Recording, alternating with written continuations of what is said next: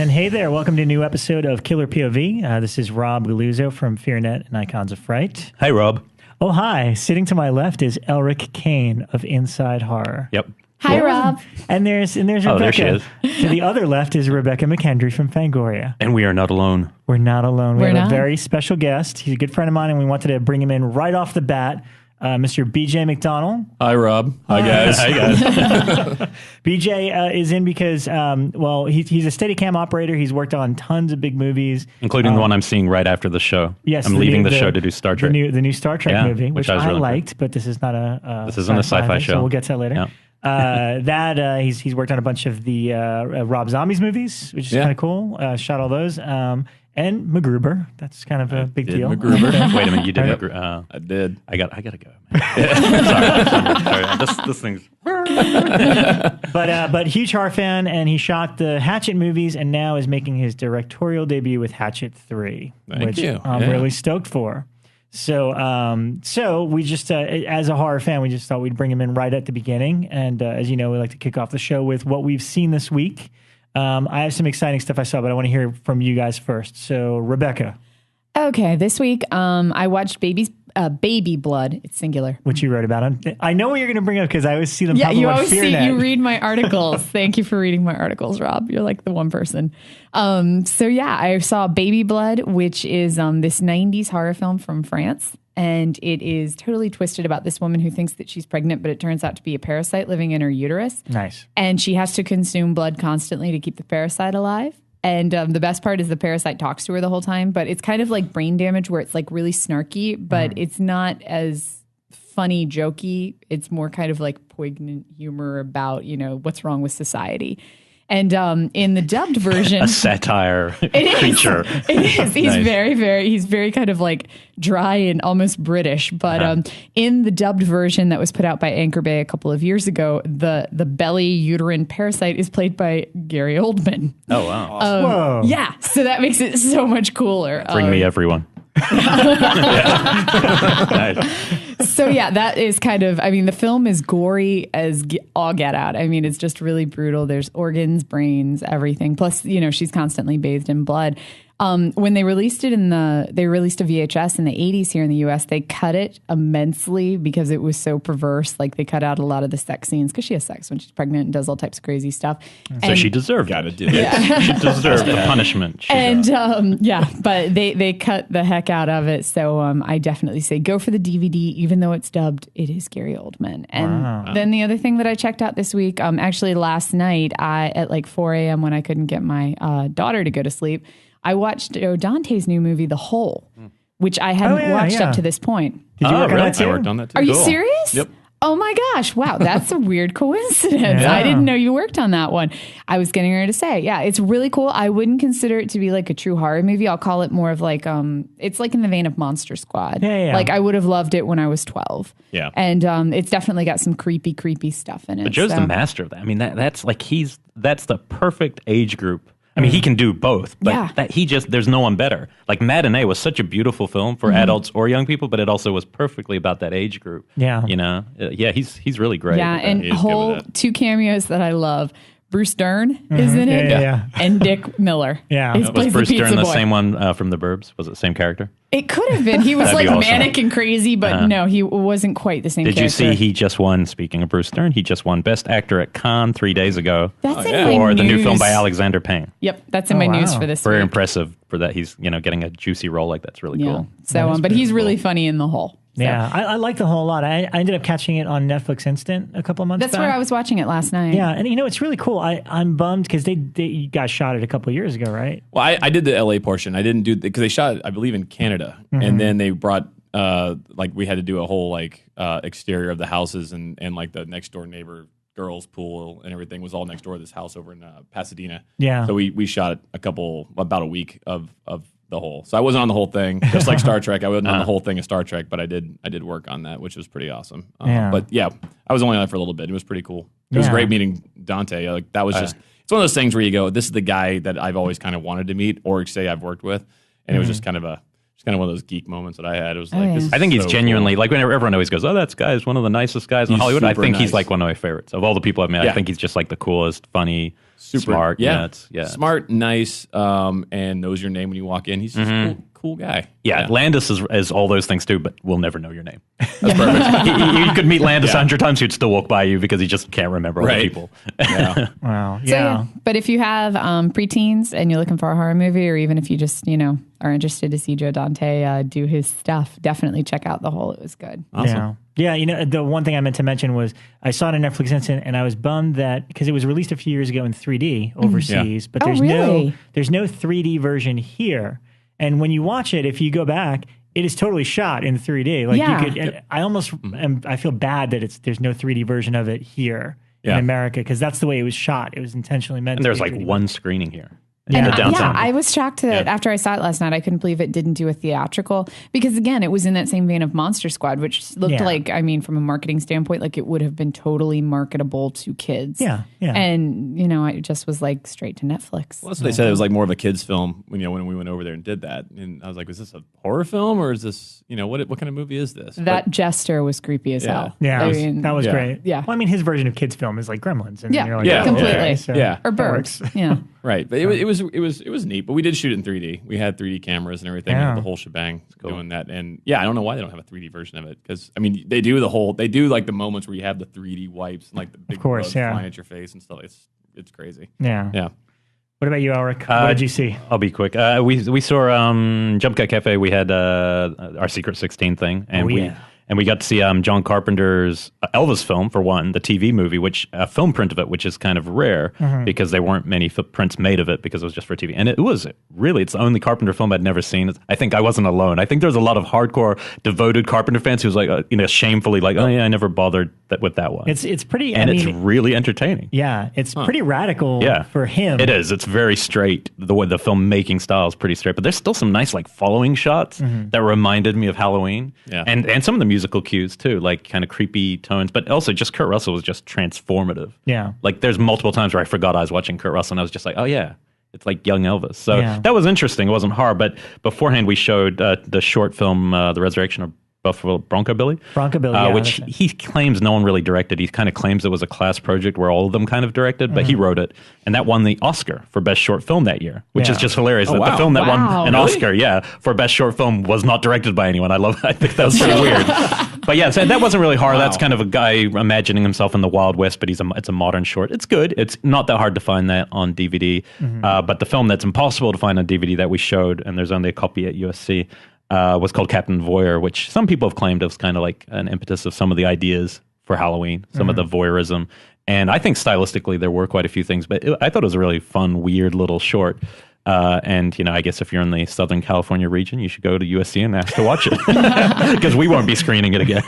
But it was, it's always fun to get a chance to see these rare films. So I actually liked it. I mean, you were saying you think it's interesting, but it's not a great film, but it is an interesting film. It's an all right short. But I mean, you watch it knowing that this is John Carpenter, the master, one day master of horror. So it's just, it's like listening to a band's demo tape. It's not exactly very good, but you can see the great band in it. It didn't feel amateur though. It felt like he pulled off the idea he wanted it to come off. There's sometimes a difference when things are clumsily made. This didn't feel clumsily made. Yeah. Felt purposeful. It just was a little more. I also sensed a bit of humor behind it. Oh yeah, it's funnier than most of his stuff. Yeah. I mean, his stuff gets funnier as it goes. But so that was fun. What I will say is I think I used up one of my lives. I was thinking about horror, and like what I always think of horror as like a blindness, like when you don't see something coming. And then when you realize what's about to happen, that little moment in between, it could be a microscopic thing, is what horror is to me. And I unfortunately had one 2 days ago where I've used up now 2 lives in my life, so I think I've done 7. But I turned a corner that I turn every day, multiple times a day, and this was one of those things you don't want to hear. I almost didn't want to tell the story to my wife because she was pretty horrified. I turned the corner. I looked both ways as far as I could tell, and I turned the corner. And when I turned the corner, I saw a woman on the side of the road and her kid, and the woman looks at me right into my eyes and does this. Screams withholding her ears and a full panic on her face, and I just looked at her and go, "Oh fuck, I'm about to die," or something. Body snatchers. And then I just heard like the loudest horn ever, and I still don't know what happened. but I didn't get hit. And so whoever was behind me probably saved my life by being a better driver than me. But it was as part of like realizing also this is how much of a nerd I am. 5 minutes after, I'm thinking about the filmmaking aspect of this, which is that I'm not in on the joke. I don't feel any of the tension. I'm just driving. Right. But then I see this thing, and it takes a couple seconds to process at first I guess, what happened to her? And then I realize, she's reacting what's about to happen to me, and then I hear a horn. So it's like all these That's when we do the Jaws reverse tracking shot on your face. And, but it's interesting when you're lucky enough to survive moments like that. Thankfully, I did. They are good lessons. But the weird thing is, I was sure I looked both ways. So it must have just been a blind side. Something's flying at you, and I saw this white car and this old guy looking at me like, no, you shouldn't have done that. I just saved your ass. Did you have that slow in time moment? I think I did. I think that slowed down when I looked at her and realized between that and the horn, I think it was quite a moment. But it is interesting. I mean, it sounds kind of lame that I'm talking about in filmmaking, but you do process things like this and go, okay, that is part of the language of constructing a scene or a moment is based on your own physiology. Like how you process. I was hit by a car the other time years ago. I was totally run over by a car. Like should have just been run over flat dead. Were you in a car at the time? No, I was standing on the street, and a car just totally. I smashed the windshield, flew through the air, landed on my feet. Wow. And Why was is the first completely time we're okay. hearing this story? I was 21 years old, and I was crossing the street to go rent Blue Velvet because somebody had told me it was the best film ever, and I was like, I'm going to rent Blue Velvet, and there's only 5 minutes left before the video store closed, and I'm standing in the middle of a crosswalk in New Zealand, and this car just couldn't slam their brakes. Wow. And so I could hear the skidding, and I saw the lights, and I was like, uh-oh, try to run, and by then you're hitting windscreen and flying. But so I feel like really I've literally felt like I have used 2 lives now. I'm like a Sega game where it's like flashing with 7 left. This is going to be a film by next week. This is a film. 2 lives. But I don't want it to be a bummer. So I do think there is some filmmaking relevance here. Because the car didn't get totaled, so I'm all right. It's funny. Right before I came in here, I was watching this whole thing of this. It's like a 4-minute video that says Russian car wrecks because all the cars in Russia they have the cameras on their dash. Is this on Live Link? Really, they do? I didn't know that. It is. I swear I watched this yesterday. And it's like the gnarliest looking crashes you've ever seen where people were like dodging cars and everything. So it's funny you bring that up. I was just watching that right before I came in here. It's like, oh my God. Yeah, especially in LA, you realize we're just all like an inch away. Like we have to trust each other so much in LA. It's like a fabric working together. I always think that it's just me, but do you know how many times in LA I have almost hit pedestrians? Oh yeah. I'm like, what is wrong with my driving? Because there aren't many of them. Here? And then they all go, I have the right of way. Yeah. Just go for it. Everybody's in the damn street, and I feel like I'm constantly almost hitting people. Yeah. So we're going to rename this show Killer Cars. Killer Cars, not Killer POV. Killer Car. Right. So anyway, that's my little 2 cents. Sorry to derail. Oh, that's all right. Yeah, I mean, I spend 2 hours in traffic every day, so I think about this stuff all the time. Yeah. But what did you see this week, Rob? Shifting gears to fun stuff. I'll make it quick. One of the fun things, and I know you guys hopefully can relate to this, but there'll be those nights you're home, you got nothing to do, you got this massive DVD collection, you're standing in front of it, and it takes you an hour to figure out what the hell am I going to watch. That's like every night for me. Pretty much. But here's the fun part of it. Discovering stuff that you didn't realize you owned. That's always good. It's a and bonus. usually it's in the box set area because I always buy like these collections and all this stuff because I'm like, oh cool, it's got like 6 movies that are awesome, and I forget about it. So this weekend I'm like looking through my collection, I couldn't find anything, and then I realized I got like those Anchor Bay. I guess they looked like little 6-packs of beer. And they had like a bunch of like they're like one's like campy classics and the other's like The Devil Made Me Do It or something like that. But they got it's a cool collection of Anchor Bay movies, and one of them was Vamp, the movie with Grace Jones. Well. Yep. And I was like, I own Vamp. Going on right now. So that was my all-time. If somebody asked me my all-time one of my all-time favorite video covers, I rented that film so many times, but every time I was a little annoyed. Every time I went, this isn't as good as the cover, and I was always a little put out. But I fell for it every time. Yeah, because that cover is like technically only like it's funny because also I remember people saying like Grace Jones is like they used to make fun of that she's not a very good actress or whatever. So I watched the movie and her first scene is spectacular, which is essentially the cover. It's her coming out and doing that show.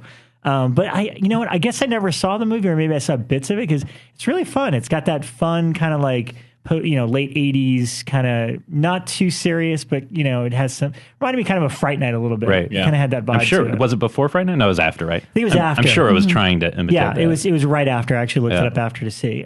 So I saw Vamp, which I thought was great. The other one was Hell Night with Linda Blair. Yeah, I saw that recently. Which I remember Jared had mentioned on our Slasher episode. And I was like, did I see that one? And again, I think I feel like it's out of print or something. It is, because I have the VHS of it. It's the one where she's hanging on the gate and she's in the white dress. It's the one where they go into the house and spend the night. Yeah. Surprisingly, I don't remember the film. I just remember the VHS box cover. I mean, I think it was streaming. I saw it streaming not long did you? ago. Yeah. I mean, that's the thing. I knew it was out of print, and I just saw it in my collection. I was like, holy shit, I own Hell Night. I'm watching this tonight, too. You're such an easy man to please. I am very easy to please. So those were the two. And that was a fun, there was kind of like I think it was Urinal Blondes who produced Halloween also produced it. Uh-huh. So it's supposed to be like a Halloween knockoff. It's got more of a Jason angle to it, where it's like a mongoloid type killer or whatever, who looks kind of creepy, looks kind of like Frankenstein. But there is one great moment where I guess you don't see in the room, there's like a blanket on the floor, and the two characters are talking. Linda Blair is one of them, and you just see like the guy come up out of the floor and kind of look like a ghost. And you don't see that there's like a hidden floorboard or whatever that he comes out of. So I thought that moment was kind of cool. Otherwise, it's it's all right. Yeah. It kind of meanders, and nothing happens for long periods. Yeah. Although I did was something that Jared mentioned when he was on our show is it's so weird because this is at the height of the slasher boom or whatever, but they purposely avoid nudity. And I mean, there's shots of girls going like pulling their shirts open, but you're seeing it from behind. So it's just bizarre to have a slasher movie that's rated R, yet they avoid nudity at all costs. Wow, that's going to be a directorial choice. Yeah, I think it's because no one wants to see Linda Blair naked. Well, it wasn't her; it was some of the other. Yeah, she wouldn't do that. But no one needs that. Well, the world that's true. Put it away. You know what you need? I must recommend a product to you. They should sponsor our show. I have a DVD cataloging system that I use. I want one of these. It's on my iPad and it's phenomenal. It's called Collectors, but the S is a Z. And because I own like over 2,000, various things, and sometimes I'll have the same title on Laserdisc and Betamax and all these different things. So I've got this collecting system that lets me scroll through and see like, oh, I have Pin a Plastic Nightmare on Laserdisc. I've never seen that. Let's watch it. And you can like keep track. It'll tell you what you've watched and haven't watched. It's got an option where like I'm loaning this out. Nice. Which is great for me because I have so much, and I'm sure you do too. We have so much rare stuff that like I get calls from people like, you have one of the 3 copies of Begotten in LA. Can I borrow it? Wow. So yeah, it's you great. You have to input all your information to begin. Is that how it scans barcodes. Yeah, I mean, but I got to be on like a lot of the older stuff, which I'm sure you have. It won't scan the barcodes on. So like, and as I've discovered, like Full Moon. None of their barcodes are actually for their movies. Like you scan the barcode and it's like, this isn't Troop Beverly Hills. Like they steal their barcodes. It's crazy. Pulling a scam here. Or I won't accuse them saying that they steal their barcodes. I'll just say that every single time I scan a Full Moon movie, their barcode comes up for something else. They just found their barcodes in a warehouse conveniently. And yeah, that's pretty random. But there's been a couple ones, like especially like the 80s VHS, if I scan like The Visitor. Well, this says it's Barbie and the Rockers, so it's actually kind of fun to do, but a lot of times you have to actually input the info by hand just because the barcode doesn't work. So. Right. And then I have a lot of international stuff, so like Guinea Pig 5, Mermaid in a Manhole. Actually, I think that's Guinea Pig 3, Mermaid in a Manhole, but something like that. The Guinea Pig series. So like when you scan those, they don't always come up just because it's an international barcode. Yeah. So. But yeah, I highly recommend it. It's awesome. I think the whole thing costs $20, and it's a really cool program. So again, they should sponsor the show. They should. I have the ultimate segue. Oh, it's already been eradicated because I told you. Because I have a segue. I read today that Eric Roberts has just been cast in Human Centipede 3. Eating up all my news. Yeah, but this is topical. Because Eric Roberts will be sewn onto, I think it's a 500-person centipede. Wow. And I'm a big Eric Roberts fan. Casting going on. I'm not someone who thinks he's a cheap. I mean, he's cheapening himself of late, but he's a great actor. Star 80. He's great. Oscar nomination. Great actor, much better than his sister.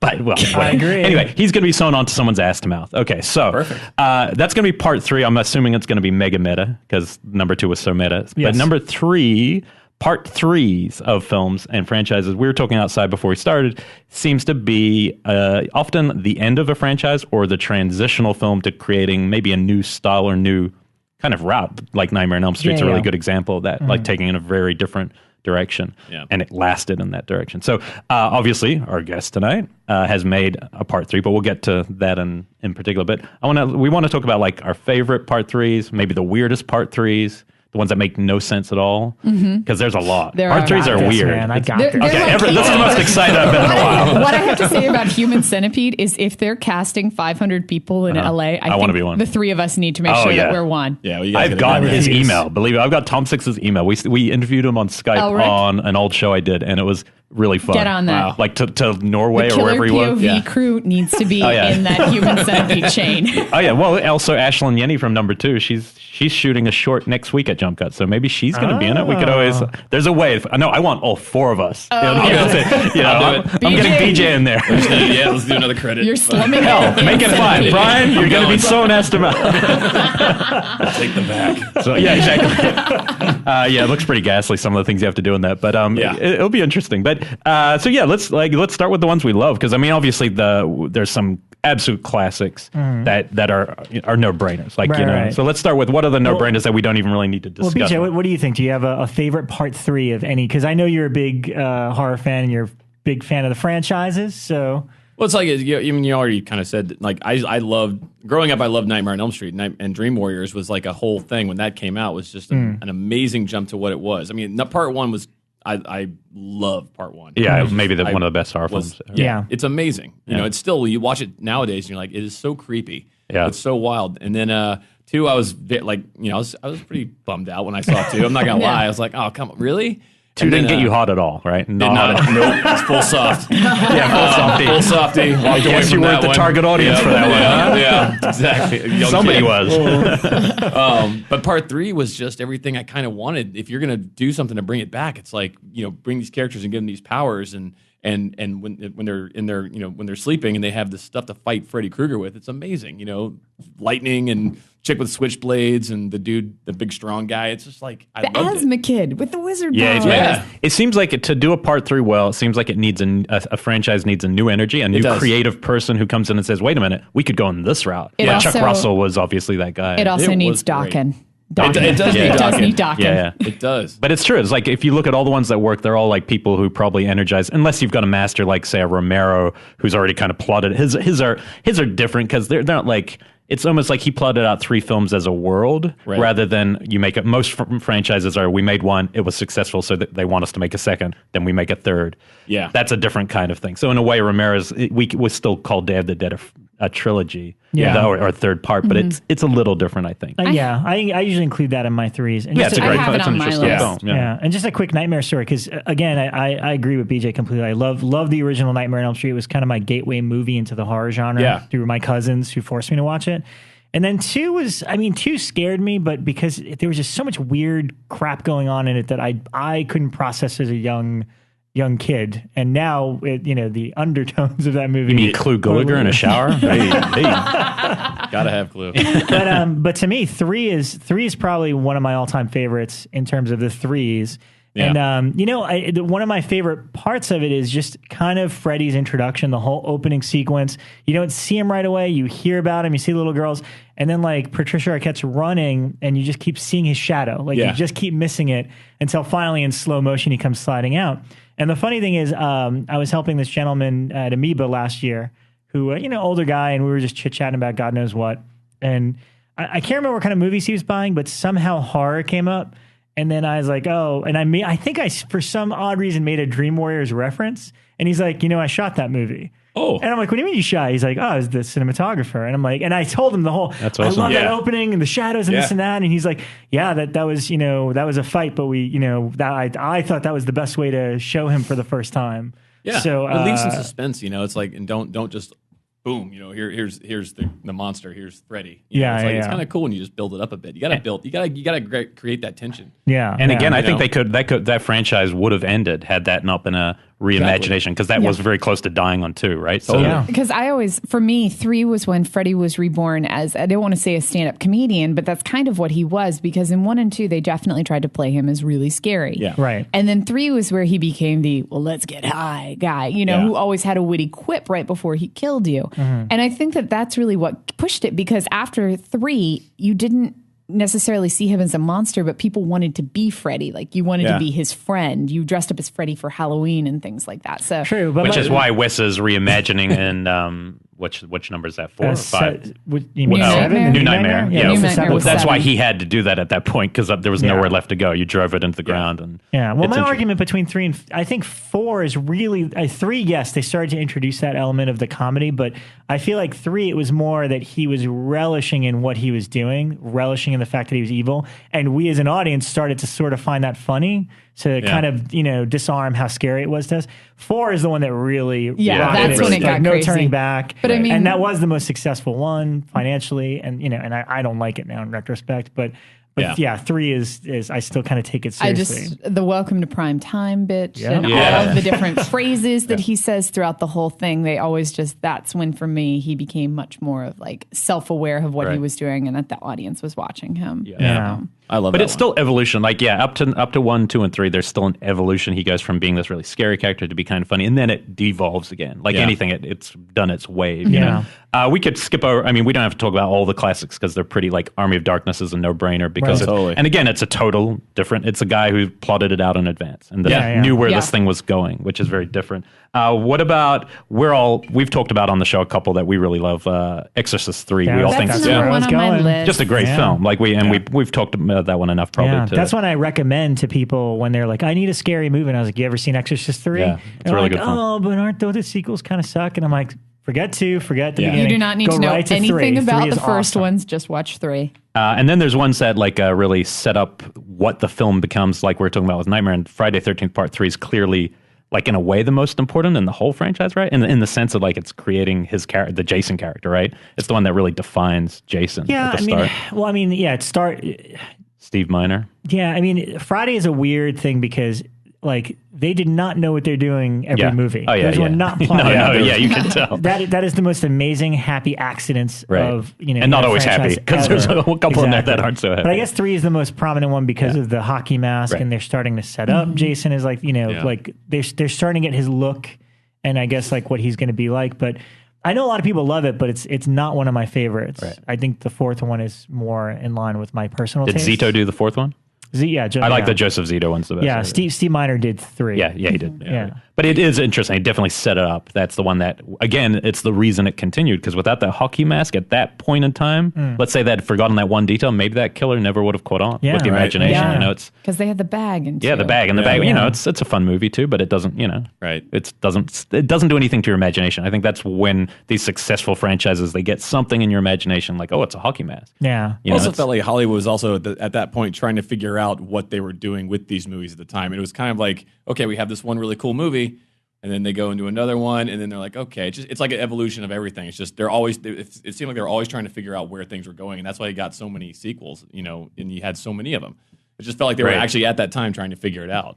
I wonder if because they were turning them out so fast, they just didn't even give it that much thought. I remember lots of marketing behind was when he went to New York. That's the only one I remember that was just marketing like crazy. Which is like it was going to be a blockbuster. Favorite too. Yeah, it's a silly film, but it's fun to see him in New York. But I love him in space. That's really? That one I don't like. I just can't get into the space one. But me. I love that one. I'll back you up. I like. I mean, I like that David Cronenberg is the doctor at the start. That's cool. But everything else, he's got that one great line. He's like, I want him soft. Oh yeah. He's got a gun. Yeah. Nightbreed. That line. He's got a gun. I just watched the Cabal cut. Oh yeah. We did. Just saw that. And it was pretty cool. Fango did a screening of that at the New Bev a couple of months ago. Yeah, it was long. It's a lot of fun. But again, it's a bag character. Right. Oh, yeah. His bag's great with the little zip. I love that. That is like so frightening, especially when he shows up in the house, the family when he goes in there. And it's very sadistic, so scary. Yeah. Yeah, he's such a... what are some of the ones more off the beat? Two surprising ones. Let's... I think we all probably have ones. I made a list.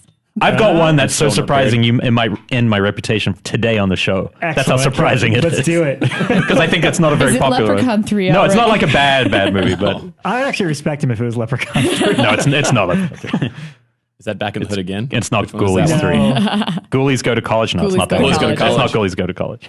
Leprechaun didn't go to the hood till the 5th one or so. Oh, yeah. All right, so you lead off, Rob. What do you got? Well, there's two that I always cite, and one's not as controversial as the other, but the first one would be Puppet Master 3, Toulon's Revenge.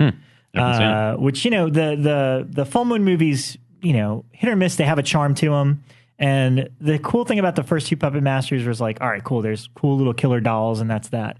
But by the time they got to the third one is a prequel that takes place during World War II. And it was also kind of when Full Moon was backed by Paramount. So they had Paramount movie. It's by far one of their biggest and best productions. And I kind of like that they're A, telling a prequel story that took place before all the other movies.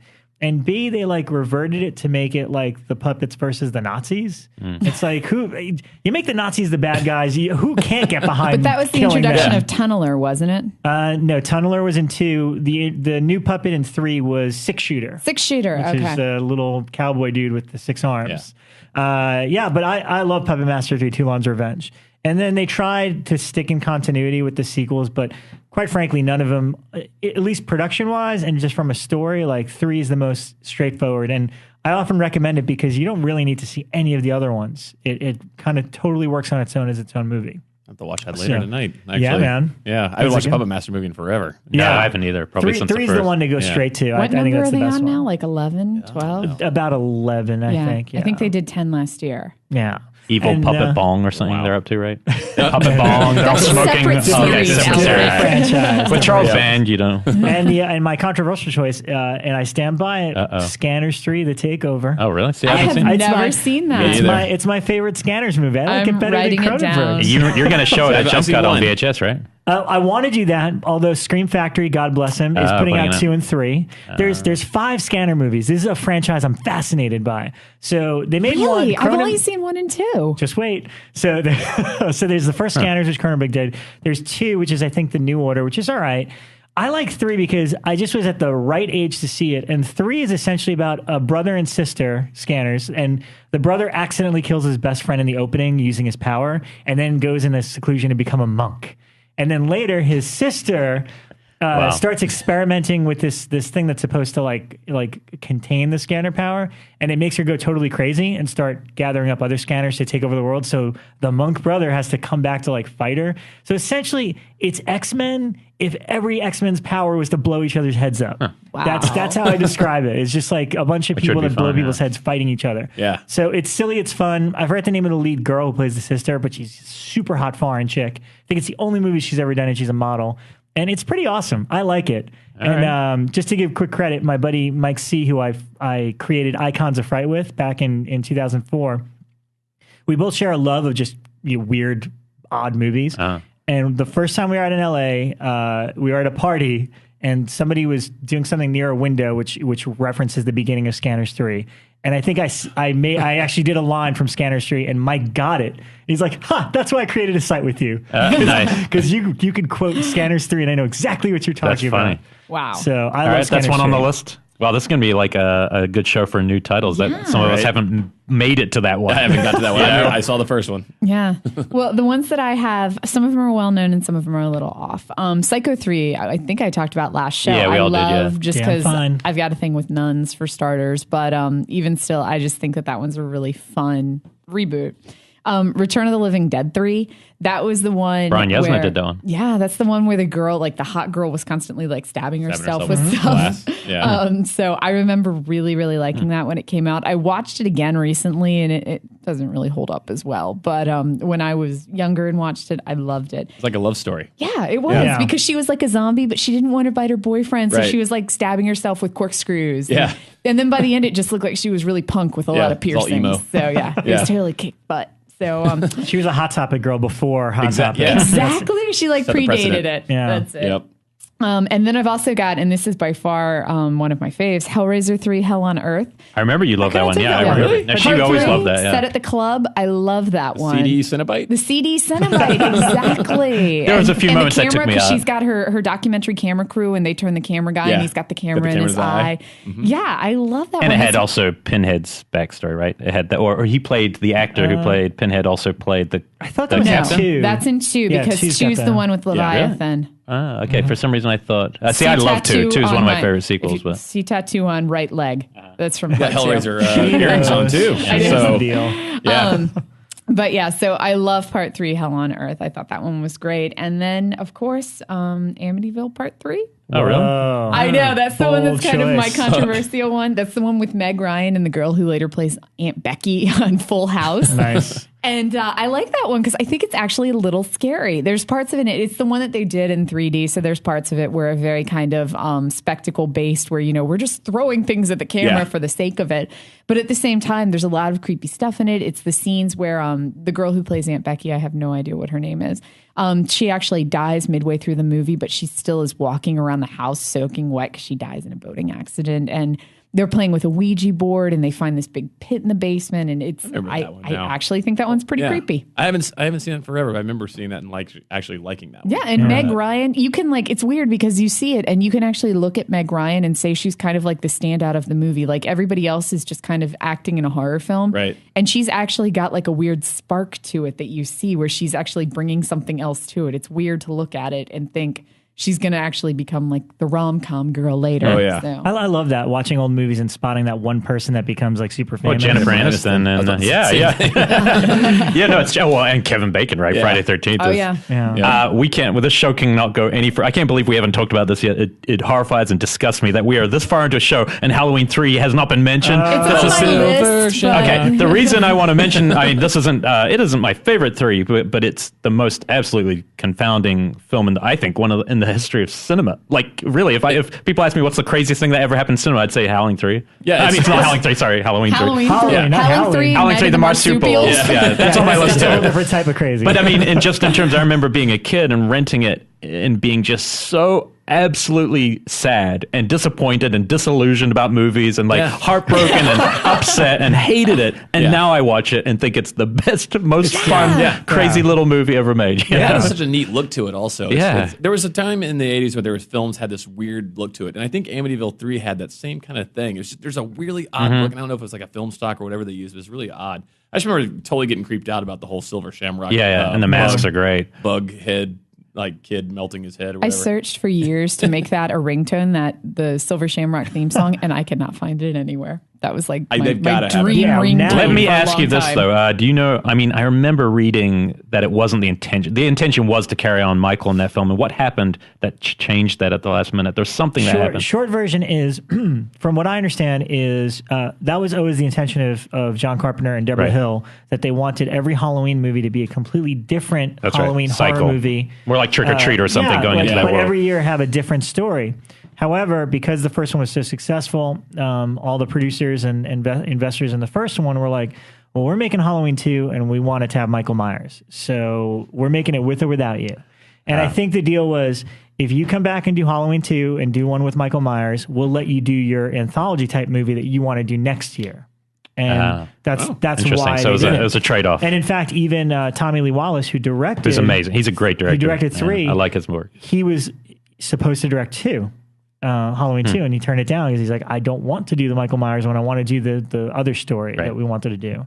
So that's the short story. Okay, and interesting. 3 bombed because they didn't promote it properly. The poster just looks kind of like a Halloween movie, and it says all new, but nothing in it would signify this is not a continuation of the other 2 movies you've seen. Right. So I think they just didn't market it properly, and people didn't know what they were getting into, including us as kids who would rent it from the store and be like, what the hell? Yeah, I'd say next to The Thing, it probably has the biggest resurgence of any film that I can think of amongst fans. Thing is a no-brainer. It's like one of the best films ever made, but at the time was so panned. Yeah. And Halloween obviously makes sense why it was panned, unlike The Thing. But I think Halloween 3 has had such a, people just start to love something about it. Yeah. But at the time, man, that was an awful... I had the same exact feeling about it at the time. I was so disappointed not to see Michael Myers. Yeah, it didn't make sense. Yeah, I was just like, what the hell is this? It's like... Witches. Thing. You give us witches with electronic masks. Exactly. Stonehenge. I love the Stonehenge. The sliver of Stonehenge. So get ready. Hold on to your hats because everyone might think I'm crazy. I think this is one of the creepiest films. I haven't seen it in about 10 years. And it's hard to creep me out. This film creeped me out so bad.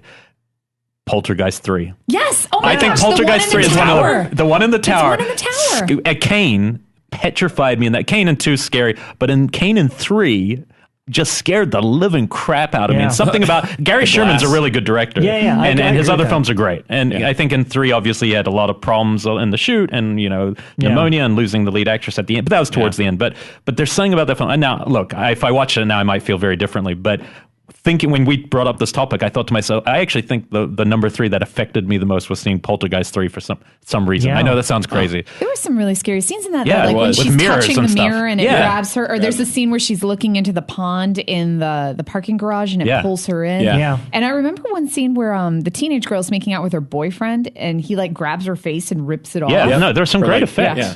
Yeah. It's And creepy. I don't know. I just saying about my memory. I was trying to go back rather than just go, what have I seen lately? I was going, oh, what do I remember being scared in that film? So maybe I need to watch all 3 I back to remember back. one of the scariest moments in that is Carol Ann is sitting on the bed at the very beginning playing with like the speak and say thing, and you see Kane come by as the window washer outside. Yeah. No, that was the scene. And That's he's the like one. waving at her, and she waves back. I remember that He's scene. just he was a creepy character. Yeah. I don't know. And because that's my last name, I think it made me feel weird to see this Could be one bad of your guy. relatives. But he was in part 1. He didn't make a No. he No, didn't but make in number appearance till 2. And then 3. And you know what? Just really quick on that one, because I agree with you. That was one of those like on HBO constantly movies for me when I was a kid. So I was caught it a dozen times. A few years ago, I actually interviewed Gary Sherman for Icons of Fright for a Fango event. He was showing a film in New York, and I revisited it. It's obviously the problems shown now when you're an adult and you could see technical problems, but I'm actually really impressed with how many like optical effects, like he did a lot of tricks with mirrors and like, you know, all the stuff you guys just mentioned. It's pretty good old school camera effects that now would just be done CG. I need to watch that movie again. It's worth maybe we should all watch it, revisiting just to see kind of from a technical aspect how he pulled off a lot of he also really lost cool what's her stuff. name? Who's the short Carol Ann. Zelda? Heather O'Rourke. No. She passed away towards the end. The small Heather O'Rourke. Tangina? The psychic. The psychic. Oh no, She had to leave during production because one of her parents or something died, and so she like took off. Her character Zelda name is Rubinstein. Tangina. Zelda Rubinstein. Zelda Yeah. Rubinstein. So that was another one of the issues. You know, it's I don't know. It's a weird film. It's funny how the certain films scare you that don't make as much sense. Plus, you I know? really liked that one because it was this weird kind of post-apocalyptic building that they lived in, where it wasn't It was the just Hancock a high Center rise. in Chicago. Yeah, it's like it was a major Like building. they lived there, they worked there. There was a Very mall. cold. Yeah, it was. Yeah. And the other one I need to mention and it's not because it's it is a great movie. I haven't seen this film. Again, I'm going back in the past. I haven't seen this film again in like 15 years. But a couple days ago, I was like walking down the street and I go, man, if this movie was playing at any cinema anywhere near California, I would drive right now to see it. And that's Leatherface, Texas Chainsaw Massacre 3. It's one of my all-time And has favorites. the single greatest trailer in the history of cinema. Oh yeah, I agree with you. The soul coming out of the water into his... Yeah. That film is the last of the... Especially after I saw the new Leatherface last weekend.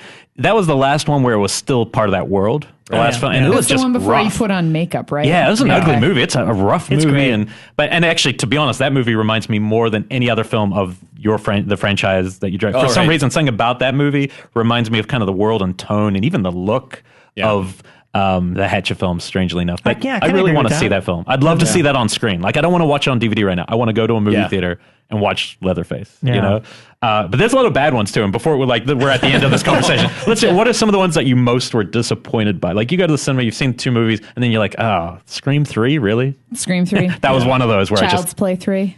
Oh yeah, Child's Play 3. I think I quit Child's Play after 2. It's kind of a bummer. It actually, I liked fun. I liked Brad's 4. rad. Yeah. I liked the one where it was Glenn or Glenda. Oh, that's Seed of Chucky. That's the 5th one. I enjoyed Seed of Chucky in some weird way, but 3 I didn't like. Yeah. So what are we saying? Child's Play 3 is kind of.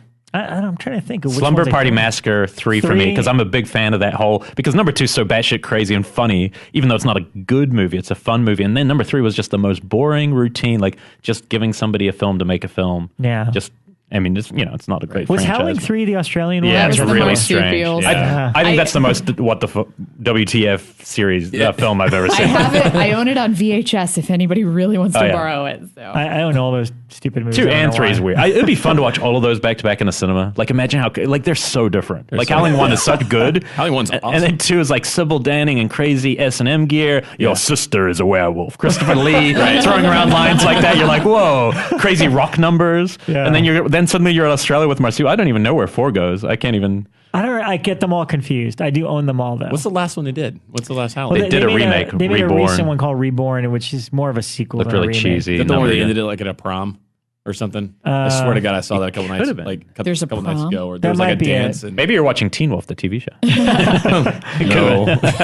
There were 2 part 3s that I actually debated over, and these are from recent franchises: Saw 3 and Paranormal Activity 3. It was Paranormal 3 was the was that the one with the kids? Yeah, the one in the 80s, right? No, that's 4. 4. No, 3 is the 80s one, and I haven't even seen those movies. No, 3 was good. Yeah. 3 was really cool. See, if that's the 80s one, that was a cool one. I liked the end with the witches, or all the ladies yes, in the yard. At the very end, that's when that happened. It's the one that had the camera trick with the fan. Right. And that was really fun. That was a clever use of... number 4 was terrible. Yeah, 4 was bad. But number 3 was actually really cool. Yeah. Probably one of my favorite of the found footage kind of I had to say so as well. And then Saw 3, I didn't enjoy that much, but it was one of the more profitable of the Saw franchise. Right. Yeah. Well, and it also put them, like we said at the Star Show, it's the film that put them on trajectory of what that then became. Because 2 was kind of standalone, because it could have been a script that was something else anyway, 3 right? was when it became let's see how we can really, really abstractly fit this in with the first 2. It's where it was like, I think that it was like the prequel, or it had all happened beforehand, but it was set post, and it was... It kind of closed out that trilogy, and it did it kind of in a brilliant way, but it's like Elric said, it's the film that also... launch it into a 3, 4, 5, and 6, into a different direction. Yeah, and then one of the weirdest films I remember, and this will be the last one I'll mention, only because I know the guy, Silent Night, Deadly Night 3, and seeing I like that one. The Monty Hellman one. Let's see, Monty I love. One? No, Garbage Days 2, and that's really fun. But number 3, I really like. What I like about it is Bill Moseley walking around with his brain out in a giant. Oh man! But the movie is so the pacing of that film. It's so funny because Monty's films are like art house, 70s counterculture type movie. So then you watch that movie, and I asked him about it, and he said that he A, hadn't made a film in a long time, but B, had the worst virus of his life and was in bed with a temperature of God knows what. And his producer came in and goes, "Hey, can you direct?" And just kept putting pressure on him. He said, "Sure, just leave me alone. I'm going to die anyway." And that's how he got to sign on that film, which I thought was pretty cool. But that is a weird film. You told me another Monty Hellman story where he actually said that might be the best film of his life because it was done on time. Yeah, he ever did on time. He said that, they showed it in Austin a couple years ago, and he went down, and he the quote before it, he goes, "I think this might be my best film because it was the one film that, everything was done on time. Everyone was very professional. It wasn't, which I thought was an interesting, only a director could see it in those terms. That was my most professional film. Doesn't mean the quality of the film's good. Because it's kind of a boring film. On time, on budget. The only other interesting thing about that film is there's a very flat-chested, what's the actress from Mulholland Drive? The really busty, beautiful. Totally true. Because it's not Naomi Watts, the other one. The girl who plays Camilla. The Spanish, with and she's now like a Spanish princess, I think. I can't believe I don't know her name because I love that film. I don't know it either. But back then she was very flat-chested, very pre-implants, I guess. I don't know, but it's kind of believe it because I revisited it around Christmas time, and I was like, "Holy crap, that's the girl from whatchamacallit, from Mulholland Drive." But I mean, geez, we just talked about all those movies, and you're like, there are so many trilogies / franchises that keep going, and they're hit or miss. I would hope that a certain number 3 is going to be a hit. Yeah. So let's turn to that. So. Yes. Let's first, for people who don't know what your background is and how it even led to getting to direct Hatchet 3, because it's a very different career path than most people would have. Well, it's weird. It's funny because everybody that I know and in the film industry and everything, because I'm crew member, but I've always wanted to direct. I've directed short films with my friends and just ran around, did a bunch of stuff like that. But it's very rare to see a crew member get the opportunity to direct something, especially something that's already been established. But it basically it all came down to working on the first one and the second one, and meeting Adam and Will and everybody over there, and we all just got along. We all kind of with the whole thing with where we would actually come up with all the shots and what we would do. It was just a good collaboration. It kind of got into a nice friend base at the time, which it was great. And then Adam one time just asked me. He goes, look, I'm not going to direct part 3s, and there's a couple choices. He goes, but I know you want to direct movies, and how about you do part 3? And I was, yeah, hell yeah, as long as we can do some different things in it, of course, which was great because we actually collaborated a lot on what I wanted to do and what he had an idea for. So there's things in the movie that I came up with and gave to him, and he actually put them into there, which was really cool, which is very rare for a writer to do that. Sometimes they don't want to let go of their ideas of what they want to do. But it was really neat of Adam to actually take these certain things that I really wanted to do with the movie and certain situations that I wanted to put in there and actually put them into the film. What do you think it was about you and the work with Adam that made him trust you above, like, because obviously there's a guy who could have said, hey, Joe, do this or anything. What do you think? What was it? The creative visual work you think you'd been doing with him with your camera, or? The thing is, like, Will Barry was on the first two. Like we had a lot of input. I had an input with it, but I was usually just leaving it up to Will to do whatever he wanted to do in the 1 and 2. I knew what they wanted to accomplish, and we would come up with things on the go, and it was really great to do that. I think more what it was the fact that that I knew, like, the drill. I knew how these movies are made. I knew the story. I knew the characters, and I know how to get things done on a set. And I think that was a major, a reason why he picked me for that. And he knew I wanted to direct, and that's how it all happened. It was pretty cool, and yeah, I'm pretty happy with it. It's pretty great. From a fanboy perspective, you grew up watching these movies. What's the first day on set like directing Kane Hodder? Because I'm sure you grew up watching. Yeah.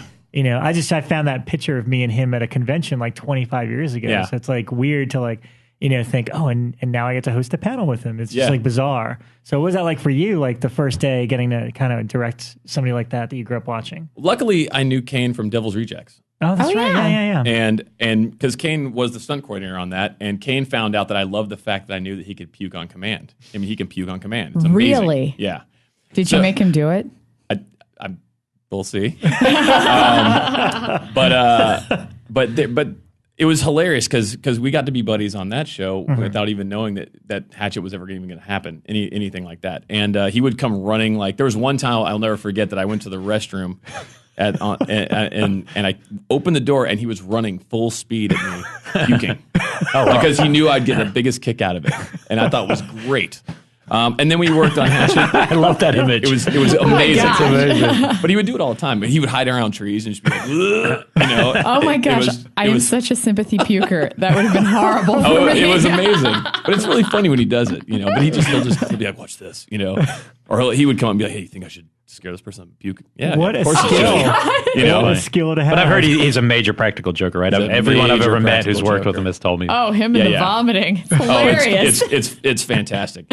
So, and then Hatchet 1 happened, so I got, and it was great to see him again there and work with them, and then Hatchet 2. So with Kane, it was totally like awesome, because I have to admit, I did not know who Kane was when I was working on Devil's Rejects. Like, just because I didn't know names. I knew the movies, I didn't know the names. And then someone came up and they're like, oh, Kane played, Jason Voorhees. And it's like, oh, really? It's like, no. So I went over and I got all excited about him. Because I'm so bad with names and paying attention to that stuff. I just know the movies. I know the characters. Right. Like you did the same thing on MacGruber with Derek Mears, right? Because you didn't know Derek yet. And you're like, well, that's the dude that played Jason. Yeah, exactly. Well, that's how we met on MacGruber. Me and Derek. And then from then on, it was just been awesome to see him. I've seen him on a couple other movies before, I cast him in Hatchet 3. So it was, it's really neat. But getting back to that, it felt okay doing that.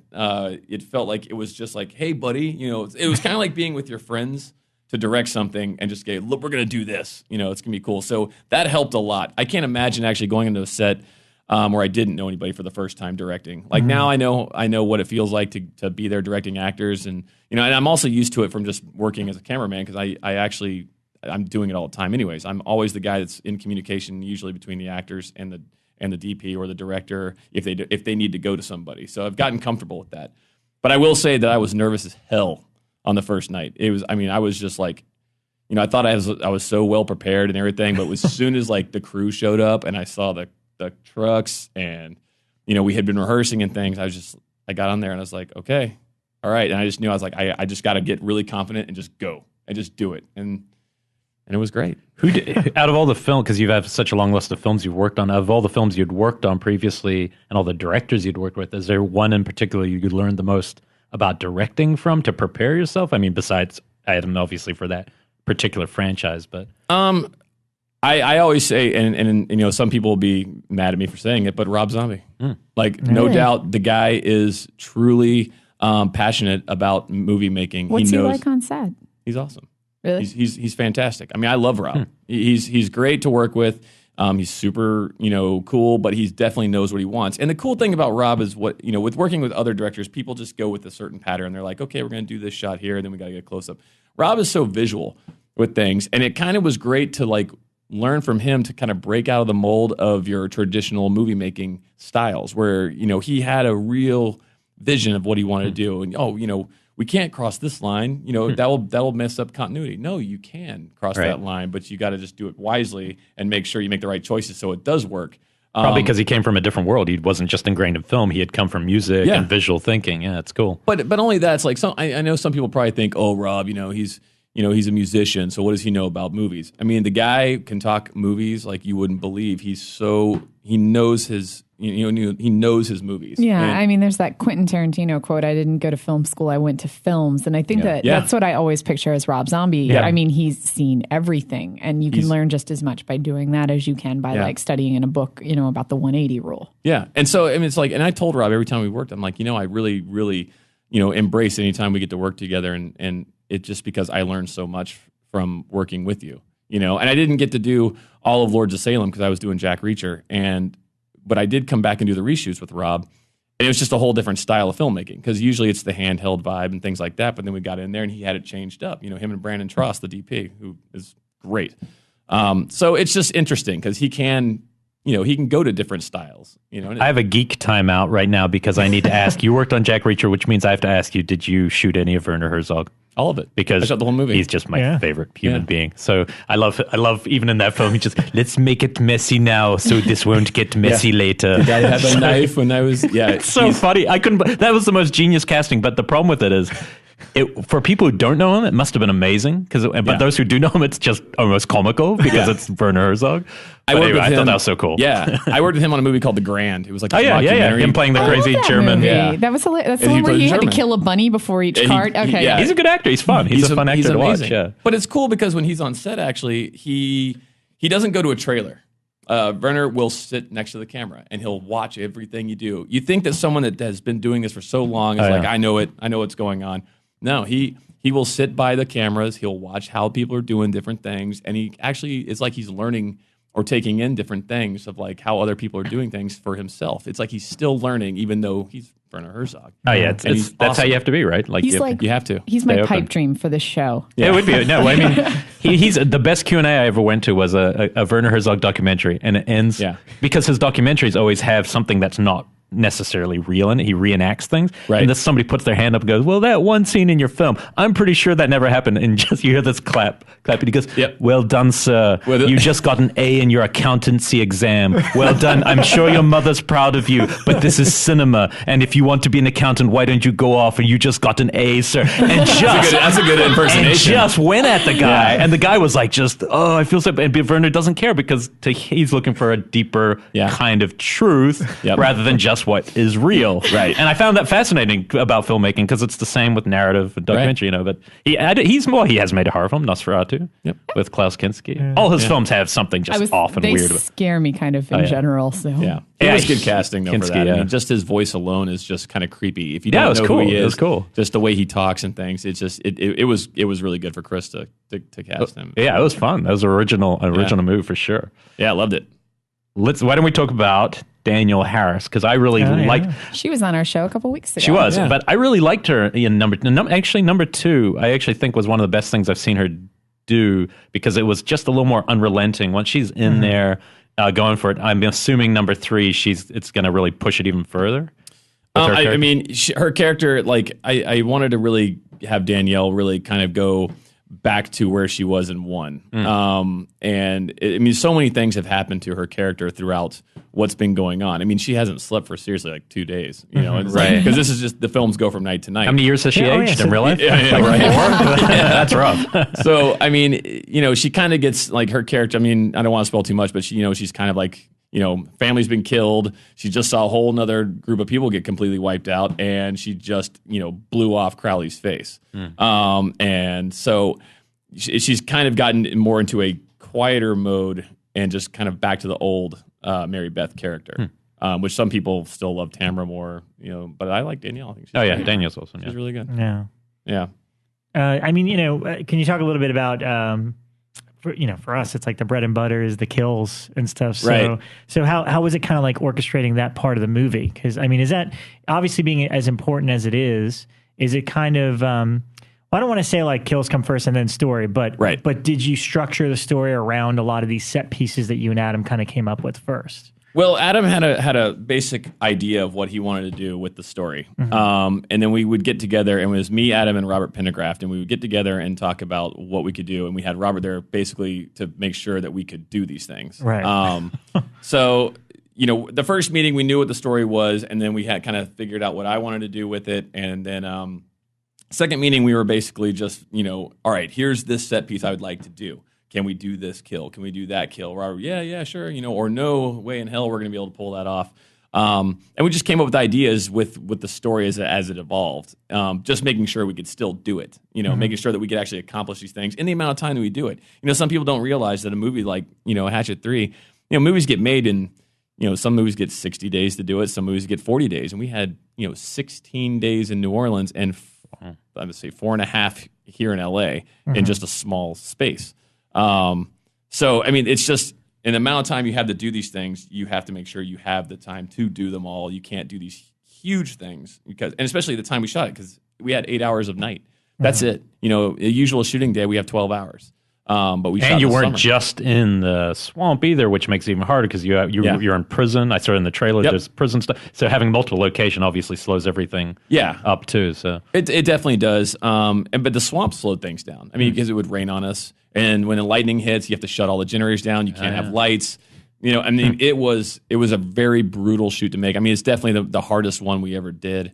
But you know what? I always say that if you don't go into the suck and the things that are the coolest looking in movies are the worst conditions that you shoot in, and it always comes out looking way cooler. Rain always looks awesome. It's terrible to work in. It sucks, and people don't even realize how awful it is for the people that are doing these movies to be involved with this crap. Nothing works. Everything's breaking. People are miserable and grumpy. But being down there in the worst of it, it just comes out looking way cooler. And that was my whole thing. I was like, I don't want to do this on a soundstage. I don't want to do this at Sable Ranch. I don't want to do it in the desert somewhere and we just make a fake swamp. Let's go to the swamp and do it where it is real. Yeah. It makes such a big difference. As difficult as that might have been, it definitely, and not to knock the first two movies because I love them, but the first thing that comes to mind when I see the trailer is kind of scope. It's wow, this looks way bigger than the other one because you guys are really in the swamp and the way it's all lit and everything. And like you said, the rain makes it all look cool and, it looks like there's going to be some action and some big stuff going on. So it ups the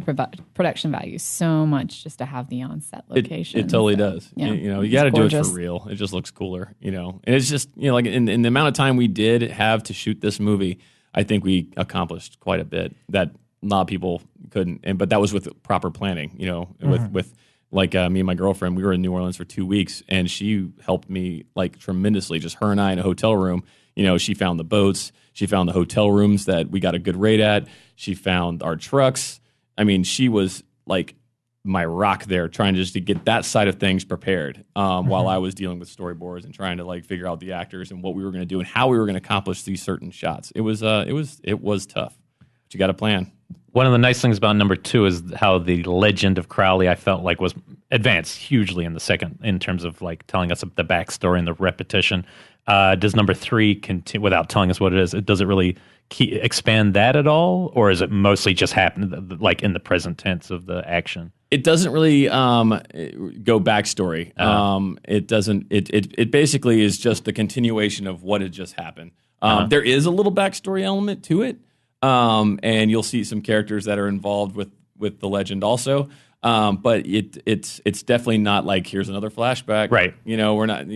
I was trying to avoid that. No, it's good to avoid flashbacks. It's more just like learning more about how it happened was interesting. Right. Like it made it the whole backstory a little more. Yeah. Well, you needed that. Right. You had to have that for something because then part 1 is just like you get a gist of it, and then there's this crazy hillbilly monster coming out of a building and hacking you up. Right. So you have to figure out something. Expanded. Yeah. Yeah, just really briefly, I wanted to talk about, we did the panel at Monster Palooza, which was a blast. But yeah, it was great. To me, one of the funnest things about all the Hatchet movies is every time an audience gets to see a little bit of it. Like I still remember the first Hatchet, Adam showing up at Weekend of Horrors in LA and showing a bit, and the audience just going crazy. Right. I thought the audience reaction to the Hatchet 3 trailer, which is the first time they saw it, was pretty rocking. So, pretty good, yeah. Yeah, so I mean, did that, I don't know, kind of make it all worthwhile? Were you stoked to see that it was working the way it did? Yeah, I mean, it's actually, there's times where I actually lay in bed and lose sleep over like, going, oh God, time is getting closer. This movie's coming out. But there's, if you don't worry about those things, you really don't give a crap about the movie. And honestly, I think about that all the time. Like, okay, I'm worried about it. But then, the thing is, not everyone's going to love it. Not everyone's going to, it's people are going to love it. People are going to hate it. You can't please everybody. And you know what? You're going to get negative reviews. You're going to get positive reviews. It's just as long as I made a movie where people were having a blast watching it, or just had a good time watching it. It's a horror film, and it's a throwback to the 80s, kind of like when you're excited to see the movie, and it's so much fun. That's really what I wanted to do with it, and just add more to the thing itself. I wanted to add more spice to it. And there's wanted to make it look less pressure than a remake, though. That's the nice thing. Like, you're continuing something that's already fun. Right. And I feel like that, in a way, you don't have to worry so much because we're going to have fun with it. Whereas if you're remaking Hatchet, then there's all this like the guy made Evil Dead. Like, that was probably pretty stressful. That's got to be stressful. I would never want And it's really dividing. Like, some people had a blast, other people didn't, and it must be stressful to walk that line. So I think you're going to be good. I think people are going to have a lot of fun. And, Yeah. I mean, it was cool because I got to bring on a lot of people that I wanted to bring there too. A lot of the camera guys that I knew I could trust. I had on like my buddy Eric Leach, who's he's a DP that I work with. Also, I had him do second unit, and he was also one of the camera operators when we were doing second unit. So it was kind of neat to have him like go off and shoot things when I needed things done that I couldn't get to, or we had shot something. I'm like, okay, can you go grab these pieces while we move on? It was great to have him.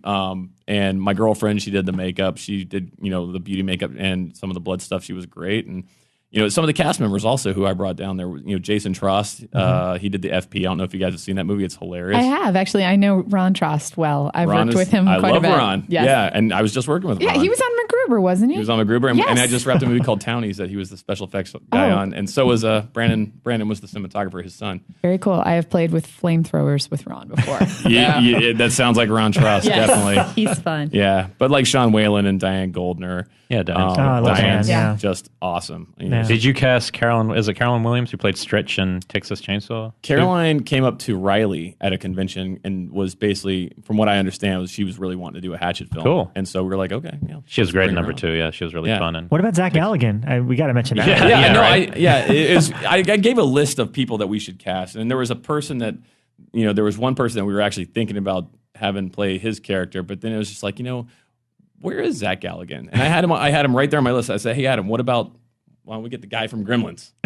He's awesome. And it was really cool that he actually wanted to do it, and he called me up, and while I was chopping down trees, and because we basically found a location, we had to clear this whole place out. It was just weeds and just overgrowth, but it had perfect trees. So wait, did you have to go in and do the actual chopping down? I went in there and I was chopping. Like hands-on here. Yeah, it was gnarly. Because it's just like these kind of movies, you have to do that, or because you don't have a ginormous crew that comes in and just does it all. Towards shooting, we actually had people go in and fix, help out with bigger things. But I was back there chopping a lot of stuff down. But he called me, him and his agent called me, and they were like, okay, we know you want Zach to do Hatchet 3. We want to know a little bit about it. What's it going to be like? And I just told him, I said, it's gonna suck. I was like, I'm not gonna lie to you. I said, I'd love to have you on this movie. I think you're great for the part, but it's gonna suck. There's gonna be bugs. There's alligators. There's gonna be rain, mud, but it's gonna be really awesome when we finish the whole thing. It's gonna be great. And then Zach later on in shooting, he goes, the reason why I actually said yes is, one, I wanted to do a horror film, and I thought the Hatchet franchise was great, and two, you didn't bullshit me. You didn't lie to me, and you actually told me straight off the bat that this was going to be an absolutely miserable experience. I'm hoping there's a 4 just so Anthony Michael Hall can be the lead. That'd be awesome. It would be so badass. Like him versus Victor Crowley. He's all ripped. It's like, he'd be bigger than Crowley by now, probably, right? Yeah, I think so, yeah. It'd be pretty fun, but does the film even have a date? I wasn't sure. It comes out June 14th. Oh, cool. Nice. So really soon. Very soon. How much theatrical exciting. Are you guys doing? We're doing L.A. and New York, Colorado, Kansas, and I believe there's a few others that I don't know about. I've been completely on another movie right now, so my brain is fried. But where are you right now? Can we ask? Are you allowed to talk about what you're working on now? Oh, I just wrapped up. Well, I'm done. I just wrapped up a movie, Townies. Oh, yeah. And then I did a Lonely Island video yesterday, which is pretty funny. But That's fun. Yeah, and they're really great. And then I'm directing a short thing for Dead Island next week. That's like basically we're doing a trailer for that video game for Machinima. Right on. It's pretty cool. Yeah. Cool. Nice. We're getting old Gary Tunnicliffe over there doing a makeup effect. I nice, love yeah. him. I He's love one of my Gary, fave too. guys. Where's the film going to premiere? Like, has it got an LA film premiere? June 11th at the Egyptian. Cool. Is that open to the public or only casting? It will be, emails will be going out. Okay, cool. Nice. Yeah, I'm excited to see it. That's awesome. Yeah. I'll be there. It's already marked on my calendar. I'd love to We have will you be guys there. there. It'd be great. And then we'll all four of us being human centipedes. Yes. Oh, wow. Catch us Perfect. all in human. Maybe they can shoot that Only night. if we get that doctor from the first one. Oh, yeah. He's Yes, just so he is awesome. back. He reminds me of Yeah. Purple Tentacle from the Nintendo game. I don't even Magic Mansion or something like that. But Dita. I wrote it down on my list to do tomorrow the news. to email you about Centipede. Oh, good. So All right, I'll we're be there. doing it. So, I say we have a quick news roundup, and then we yeah. are. I think we spoiled a lot of the news, but what else you got? Yeah, Ryan? sorry about that. Let's see. Eric Roberts joined cast of Human Centipedes 2, 3. So this is interesting. Lionsgate and WWE have teamed up to remake Leprechaun. Yeah. What? Oh, man. Yeah. Suplex. And Zach Lepovsky, did I say that right? He won on the lot like a couple years ago. He's going to be directing this one. So it's kind of like WWE and DreamWorks hire a reality show star to direct Leprechaun. There's just so much craziness in Is that. Jake the Snake Roberts playing the No, they actually Leprechaun? say who is going The to wrestler. I be forgot the little. Yeah. Because that would be good. Ravishing Rick Rude. Hornswoggle. Apparently, superstar wrestler Hornswoggle will star as the Leprechaun. Yep. Okay. I don't have a clue who Hornswoggle. that is, so I won't sound like I do.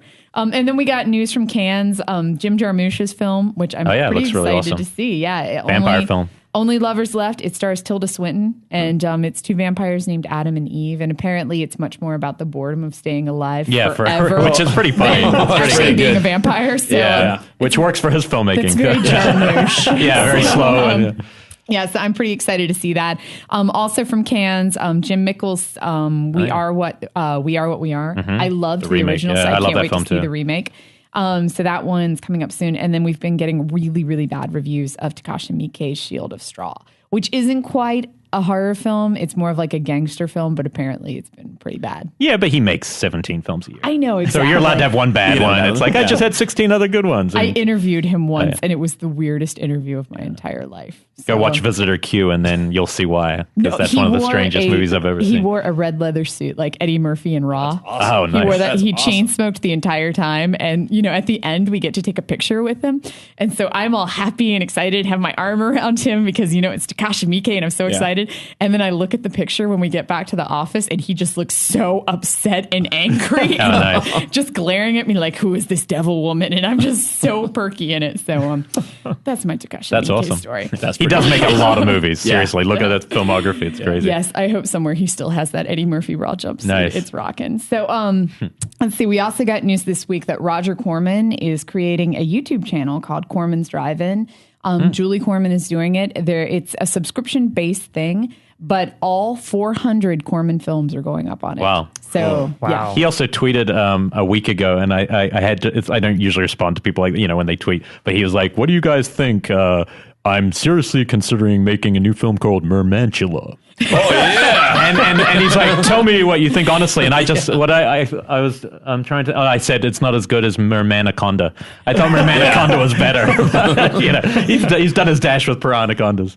On the mermaid note, there is a new show that is on Animal Planet that has become my Ancient Aliens. Did any of you guys watch Ancient I remember you Aliens? talking about Is it. this mermaids? Yes, Yeah. I am so into this show. I got into it, and there's that one shot in the first one where you see the net and then the mermaid hand, and I was like, oh my god, it's real, because I just started watching. I'm like, look at that, and then my girlfriend's like, babe, this is not real. The sell for me was when you see the two guys and they're like on vacation and it's like filmed, like POV. Oh, with yeah. it. And they're like, what's going on, man? And then you look down on the rocks and you see this flipper kind of flip, Yeah. and then you see this human thing like crawl off the rock. Yeah. And I was like, oh my God, that is insane. Yeah. So the whole show is on if mermaids really do exist. No one's really made a good horror film with mermaids, have they? Yes, they have. No. Roger Corman, She Creature. But a good one. That's such a good movie. Oh my God. Like Dagon has sea creatures, but not mermaids. She Creature is awesome because it's all about like the mermaid race, and she drags them up to, you know, where all of the mermaids are. Have any of you guys even seen this one? It's about the circus performers on a boat. You really need to revisit this. It is such a good movie. BJ, write it down, all of you. I'll write it down. BJ, I think you need to direct a really killer mermaid movie. Yeah, that sounds right up my alley. Yeah. There's no tracking shots underwater. That's a problem. That's a big problem. I'm in trouble.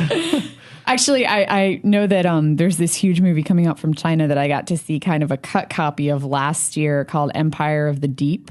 And they spent like $80 million, gazillion dollars on this one. Biggest budget Chinese film ever made. Biggest budget ever. And they showed a clip of it at American Film Market last year, and I got to watch it. And it seriously is like a Busby Berkeley film underwater, where everybody's mermaids, but they're dancing. And yeah, it's really crazy. Choreographed dancing.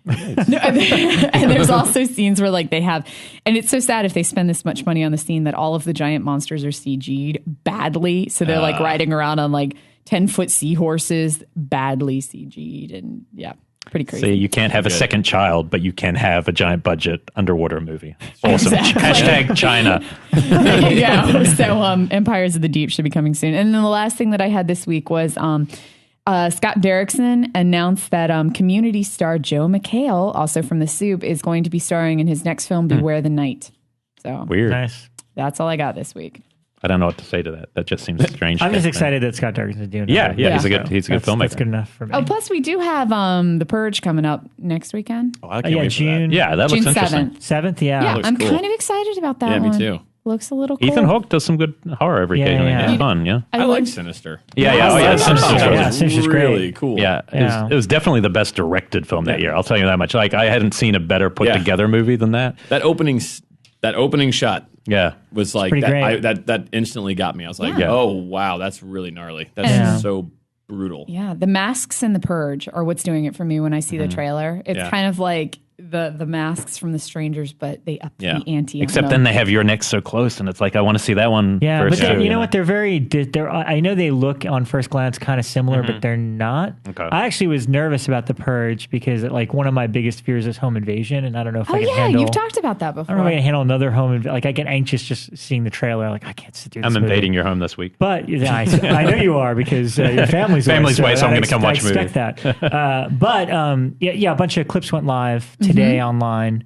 And I watched them all, and you know what? It's not what I thought it was. Oh, I saw your article on FEARnet about that. It actually looks kind of like, from seeing the clips that I've seen, it looks kind of cool. Yeah. But like it looks like they set up a little bit more of a fictionalized world. Yeah. Mm-hmm. Whereas it's very post-apocalyptic. Yeah. Like, whereas if it happened war. now, right? Like it was it's not as realistic as I thought, which makes it a little easier for me to swallow. If it was just those people breaking into an apartment, you couldn't handle randomly, it. Yes. Yeah, but yeah, it looks cool. It's a really neat concept and idea for a movie because, like, you think about that. It's like you put yourself in a situation. You're like, if you had 12 hours to go do whatever you wanted, it's like, what would you do? You know I'd probably go chase a couple people down. Yeah, Dave, my husband and I, we had this discussion, and we were like, that neighbor is gone. Is gone. Just because all of the people in our neighborhood, it's gone. Just think how many film critics would get it. Oh, man. They'd just be like, Vincent Gallo would be beating the hell out of someone.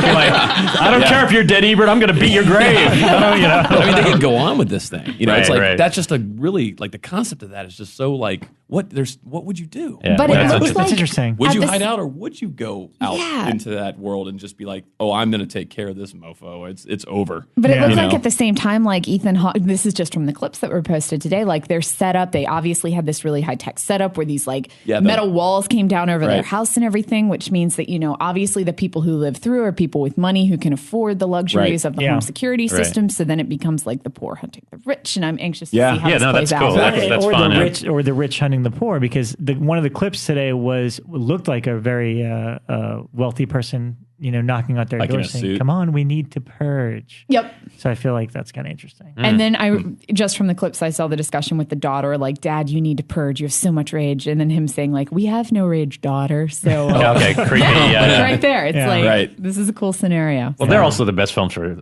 satire and commentary of what's going on now. So it'll be interesting to see what they're talking about, because all those from Soylent Green, Omega Man, they're always about now. And so it'll be fun to see what the commentary is there. I love the Omega Man. Next week we have some related related guests, don't we? Yes, I believe the hosts of the movie Crypt here will be here, which is Adam Green and Joe Lynch. Okay, cool. And I think we're going to the premiere party on Monday. Monday of Holliston season 2. Is it all the episodes? How do they do it? I think they're. I don't know for sure. I think they're showing 1 or 2. Yeah, maybe. It's like an hour stretch, so I would assume it's like 1 or 2. Cool. I'm looking forward to it. So fun. June 14th. Yes. Hatchet Human 3. beings will be able to see Hatchet 3. Yeah, human beings will definitely be able to see it. You're all invited to go see the film. Please go see the film. It's been awesome having you. I'm really glad you're part of the actual convo too. It was cool. Yeah, it was really great. Yeah. What's your Twitter handle again? Just so people know. At BJ McDonnell 1. All right. There you go. Follow him. Yeah, please follow me. And thank you guys a lot for bringing me on. This is a blast. Yeah. Cool. Thanks so much, guys. All right. We'll see you next week. Yes. You know where to find us on everything. Bye, everybody. Bye. Thanks so much.